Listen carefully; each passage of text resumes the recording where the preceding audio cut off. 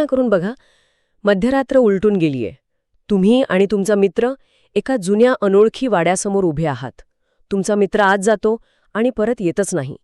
तुम्ही मदतीसाठी ओरडता, पोलिसांना बोलवता, पण प्रत्येकजण एकच गोष्ट सांगतो, हे शक्यच नाही. तो वाडा तर अनेक वर्षांपासून बंद आहे. जेव्हा तुमच्या डोळ्यांनी पाहिलेल्या सत्यावर संपूर्ण जग प्रश्नचिन्ह उभं करतं, तेव्हा भीती फक्त बाहेर राहत नाही, ती तुमच्या आत, तुमच्या मनात घर करते. हो, तुमच्या वास्तवाची जमीन तुमच्या पायाखालून सरकू लागते. कारण सगळ्यात मोठी लढाई ही बाहेरच्या भूताशी नसते, ती असते आपल्याच मनातील त्या शंकेशी, की जे मी पाहिलं ते खरं होतं की निव्वळ भास. अगदी. आणि आज आपण अशाच एका वास्तवाच्या कोसळण्याची आणि त्यातून जन्मलेल्या भयाची गोष्ट करणार आहोत. आपल्यासमोर स्रोत आहे अंधारातला चकवा ह्या मालिकेतील एका कथेचा भाग. नाव आहे the haunted split, Wednesday's ghostly return. पार्श्वभूमी खूपच अस्वस्थ करणारी आहे. बुधवार पेठ, रात्रीचे 1:15. विशिष्ट वेळ, विशिष्ट जागा. हो. मयूर नावाचा तरुण एका घरात जातो आणि गायब होतो. त्याचा मित्र राज तो हतबल होऊन पाहतो. या चर्चेतून आपल्याला हे समजून घ्यायचं आहे की ही कथा फक्त एका भूताची आहे की राजच्या ढासळत्या मानसिक स्थितीची. चला, या अंधाऱ्या वास्तवाचा शोध घेऊया. हो, कारण या कथेची खरी ताकद तिच्या अनेक पातळ्यांमध्ये दडली आहे. म्हणजे आपण यातल्या काही मुख्य संकल्पनांचा विचार करू शकतो. जसं की एक म्हणजे वास्तव आणि भ्रम यांच्यातली पुसट होत जाणारी रेषा. दुसरं, तीव्र मानसिक आघात आणि अपराधीपणाची भावना म्हणजे गिल्ट, ते माणसाच्या मनाला कसं पोखरतं. आणि तिसरं, जे मला सगळ्यात जास्त आकर्षक वाटतं, ते म्हणजे भयकथांमध्ये विशिष्ट वेळ आणि ठिकाण वापरण्यामागचं मानसशास्त्र. बुधवार पेठ, रात्रीचे 1:15. अगदी. ही केवळ पार्श्वभूमी नाही, हे कथेचंच एक पात्र आहे एक प्रकारे. ही कथा आपल्याला फक्त घाबरवत नाही, तर ती आपल्याला राजच्या मनाच्या प्रत्येक कोपऱ्यात घेऊन जाते. तर मग सुरुवात करूया त्या घटनेनंतरच्या परिस्थितीपासून. मयूर गायब झालाय आणि राज प्रचंड धक्क्यात एकटाच घरी परतलाय. साहजिकच पोलीस येतात, चौकशी होते. राज त्याला सगळं काही सांगतो. बुधवार पेठ, ते गूढ घर, खिडकीत दिसलेली ती लाल साडीतील स्त्री. हो, मयूरचा आतून आलेला किंचाळण्याचा आवाज, सगळं काही. पण पोलिसांचं उत्तर, ते त्याच्या सगळ्या आशांवर पाणी फिरवतं. ते म्हणतात, असं काही घडलंच नाही. आणि हे वाक्य म्हणजे कथेतील पहिला आणि सगळ्यात मोठा मानसिक धक्का आहे. बरोबर. पोलीस फक्त त्याची गोष्ट नाकारत नाहीत, तर ते त्याला पुरावा देतात. ते सांगतात की तो वाडा गेली कित्येक वर्ष कुलूप बंद आहे. तिथे कोणी राहत नाही. हो, इथे लेखक हुशारीने राजच्या वास्तवावर बाहेरून हल्ला करतो. ही केवळ आठवण विसरण्याची गोष्ट नाही, तर तुमची आठवणच खोटी ठरवली जाते. जेव्हा कायदा आणि समाज तुमचं सत्य नाकारतं, तेव्हा तुम्ही एकटे पडता. आणि ही एकटेपणाची भावना ती भीतीपेक्षा जास्त भयंकर असते. बरोबर. आणि या एकटेपणातूनच पुढची भीती जन्माला येते. राज रात्री झोपायचा प्रयत्न करतो, पण त्याला झोप येत नाही. त्याला सतत मयूरचा आवाज ऐकू येतो. तोच एक आवाज त्याच्या कानात घुमत राहतो. राज, मी अजूनही आत आहे, मला वाचव. तो दचकून उठतो, पण खोलीत कोणीच नसतं. आता प्रश्न हा आहे की हा आवाज खरंच कुठून येतोय, की राजच्याच मनातून? आणि इथेच सर्व्हायव्हर्स गिल्ट ही संकल्पना खूप महत्वाची ठरते. म्हणजे मी वाचलो आणि माझा मित्र अडकला. ही अपराधीपणाची भावना ही इतकी तीव्र असू शकते की ती माणसाला भास निर्माण करायला भाग पाडते. पण लेखक इथे सर्व्हायव्हर्स गिल्टचा वापर केवळ राजच्या अपराधीपणासाठी करत नाहीये, तर तो त्याच्या वास्तवावरच हल्ला करण्यासाठी करतोय. साधारणपणे अशा कथांमध्ये पात्र स्वतःला दोष देतं, पण इथे बाहेरचं जगच त्याला खोटं ठरवून त्याच्या अपराधी भावनेला एका भयान भ्रमात बदलतंय. म्हणजे तो आवाज मयूरचा आहे की राजच्याच अपराधी मनाचा, हे ठरवणं अशक्य होऊन बसतं. आणि हाच फरक या कथेला जास्त मानसिक आणि त्रासदायक बनवतो. पण केवळ आवाज ऐकू येणं हे एक वेळ मानसिक मानलं जाऊ शकतं. मात्र लेखक कथेला एका अशा वळणावर नेतो जिथे राजला जे दिसतं ते नाकारणं जवळजवळ अशक्य होतं. हो, आरशाचं दृश्य. राज बाथरूममध्ये जातो आणि आरशात पाहतो आणि क्षणभर त्याचा श्वास थांबतो. त्याला स्वतःच्या प्रतिबिंबाच्या मागे खांद्यावरून डोकावणारी लाल साडीतील एका स्त्रीची सावली दिसते. तो प्रचंड घाबरून मागे वळून पाहतो, पण तिथे कोणीच नसतं. कोणीच नाही. तो पुन्हा आरशात पाहतो तर ती सावलीही गायब झालेली असते. आता 1 मिनिटं थांबा. आरशात क्षणभर काहीतरी दिसणं आणि लगेच नाहीसं होणं हे तर थकलेल्या किंवा घाबरलेल्या मेंदूचा खेळ असू शकतो, नाही का? बरोबर. आपण याला लगेच अलौकिक का म्हणावं? तुमचा प्रश्न अगदी योग्य आहे आणि सामान्य परिस्थितीत आपण याला मनाचा खेळच म्हटलं असतं. पण भयकथांच्या संदर्भात आरशाचं एक विशेष महत्त्व आहे. ते काय? आरसा केवळ प्रतिबिंब दाखवत नाही, तो एक प्रवेशद्वार, एक पोर्टल मानला जातो. एक अशी जागा जिथे दोन जग एकमेकांना स्पर्श करतात. इथे आरसा राजला ते दाखवत नाहीये जे तिथे आहे, तर ते दाखवतोय जे त्याच्या सोबत आहे. ओ. ती सावली म्हणजे केवळ भीती नाही, तर त्या रात्रीचा एक अंश आहे जो आता राजच्या अस्तित्वाचा भाग बनला आहे. तो कुठेही गेला तरी ती सावली, ती आठवण त्याचा पाठलाग करणार आहे. आरसा फक्त त्याला याची जाणीव करून देतोय.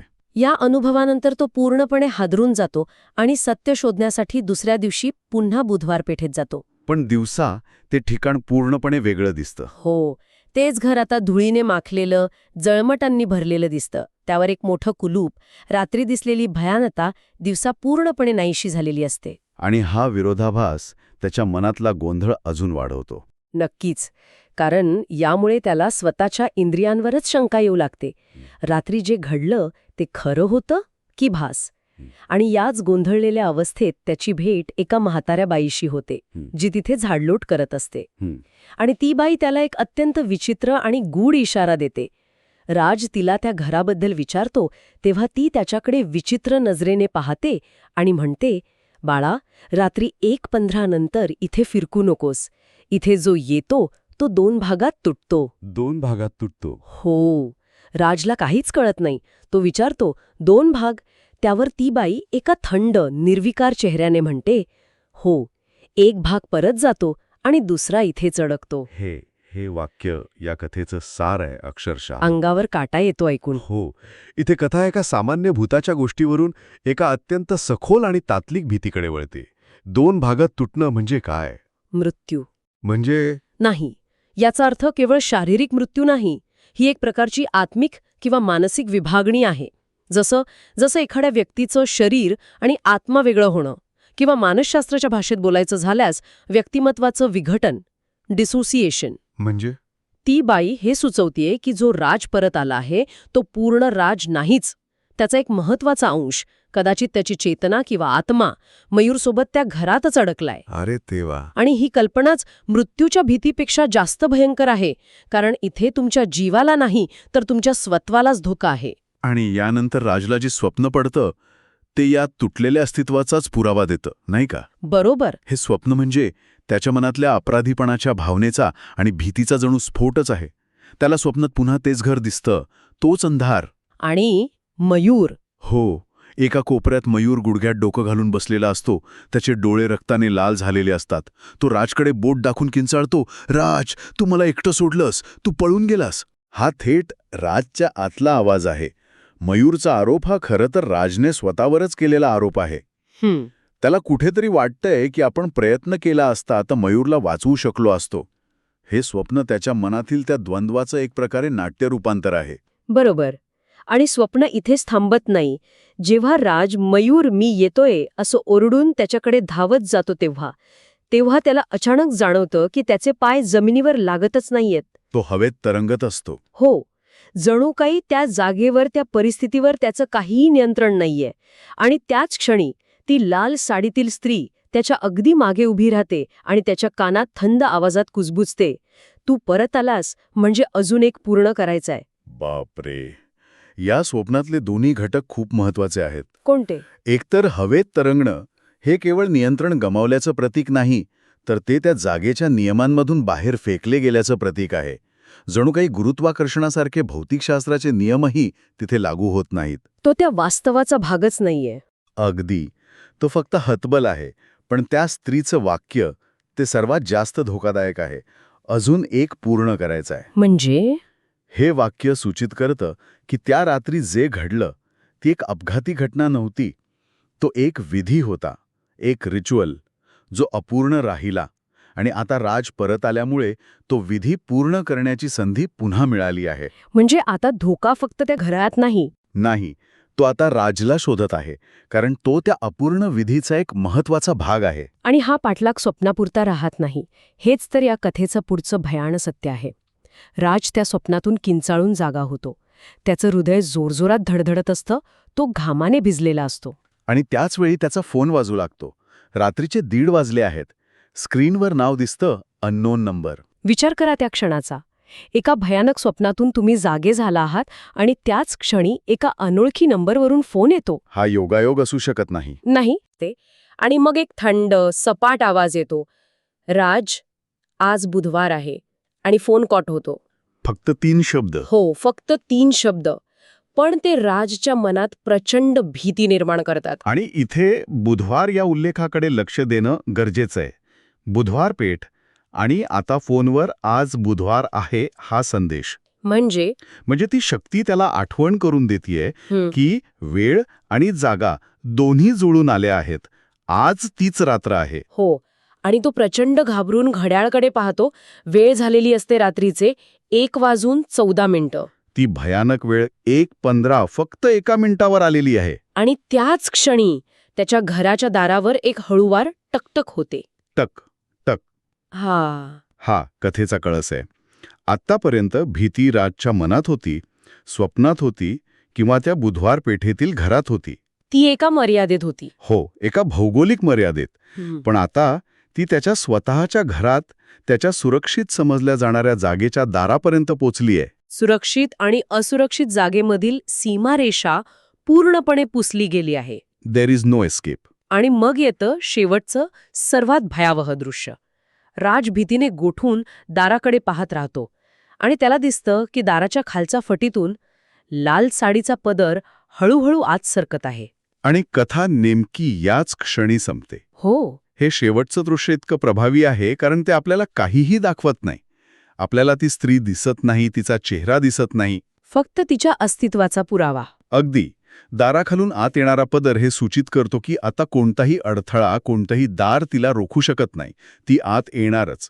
आणि कथा इथे संपवून लेखक आपल्या कल्पनाशक्तीवर सगळं सोडून देतो, जे अनेकदा प्रत्यक्ष पाहण्यापेक्षा जास्त भीतीदायक असतं. चला तर मग या सगळ्याला एकत्र जोडून पाहूया. या कथेला इतकं प्रभावी काय बनवतं? माझ्या मते एक तर राजची मानसिक घालमेल, ज्याच्याशी आपण कुठेतरी जोडले जातो. दुसरं म्हणजे बुधवार पेठ आणि रात्रीचे 1:15 यांसारख्या तपशिलांमुळे निर्माण झालेलं गूढ. आणि मला वाटतं बुधवार पेठसारख्या ओळखीच्या जागेचा वापर केल्यामुळे भीती अधिक जवळची वाटते. हो, हा मुद्दा महत्वाचा आहे. ती कोणत्या तरी काल्पनिक लांबच्या बंगल्यात घडत नाही, तर आपल्या ओळखीतल्या परिसरात घडते. हा विचार जास्त अस्वस्थ करणार आहे. तुम्ही अगदी बरोबर मुद्दा मांडला. आणि तिसरं आणि सर्वात महत्वाचं म्हणजे 2 भागात तुटण्याची ती अनोखी आणि हादरवून टाकणारी कल्पना. आणि या सगळ्याला जोडणारा धागा म्हणजे हळूहळू वाढत जाणारी भीती, जी आधी फक्त एका घरात होती, मग राजच्या मनात आली, स्वप्नात आली आणि शेवटी त्याच्या घराच्या दारापर्यंत पोचली. हो. अशा कथा आपल्याला का आकर्षित करतात किंवा घाबरवतात याचं कारण हेच आहे. या कथा आपल्या मनातल्या काही मूलभूत भीतींना हात घालतात. जसं की एकटं पडण्याची भीती, आपल्यावर कोणी विश्वास न ठेवण्याची भीती, अपराधीपणाची भावना आणि अज्ञात शक्तींसमोर हतबल होण्याची भीती. आपण सुरक्षित आहोत हा आपला भ्रम या कथा क्रूरपणे तोडून टाकतात. अगदी खरं आहे. तर ही कथा इथे संपते, पण ती आपल्या मनात एक महत्वाचा प्रश्न सोडून जाते. आणि तोच विचार आम्ही श्रोत्यांसाठी सोडून जात आहोत. त्या म्हाताऱ्या बाईने सांगितलं होतं की व्यक्ती 2 भागांत तुटते आणि एक भाग परत येतो. आपण सुरुवातीपासून ज्या राजची गोष्ट ऐकत आहोत, तो खरोखरच पूर्ण राज आहे का? की तो केवळ परत आलेला एक भाग आहे, एक पोकळ शरीर ज्याचा आत्मा अजूनही मयूरसोबत त्या घरातच अडकला आहे. आणि आता दारापर्यंत आलेली ती लाल साडीतील शक्ती त्या अपूर्ण राहिलेल्या विधीला पूर्ण करण्यासाठी आलीये का? त्या शरीराला त्याच्या आत्म्याशी पुन्हा जोडण्यासाठी की कायमचं संपवण्यासाठी? विचार करा.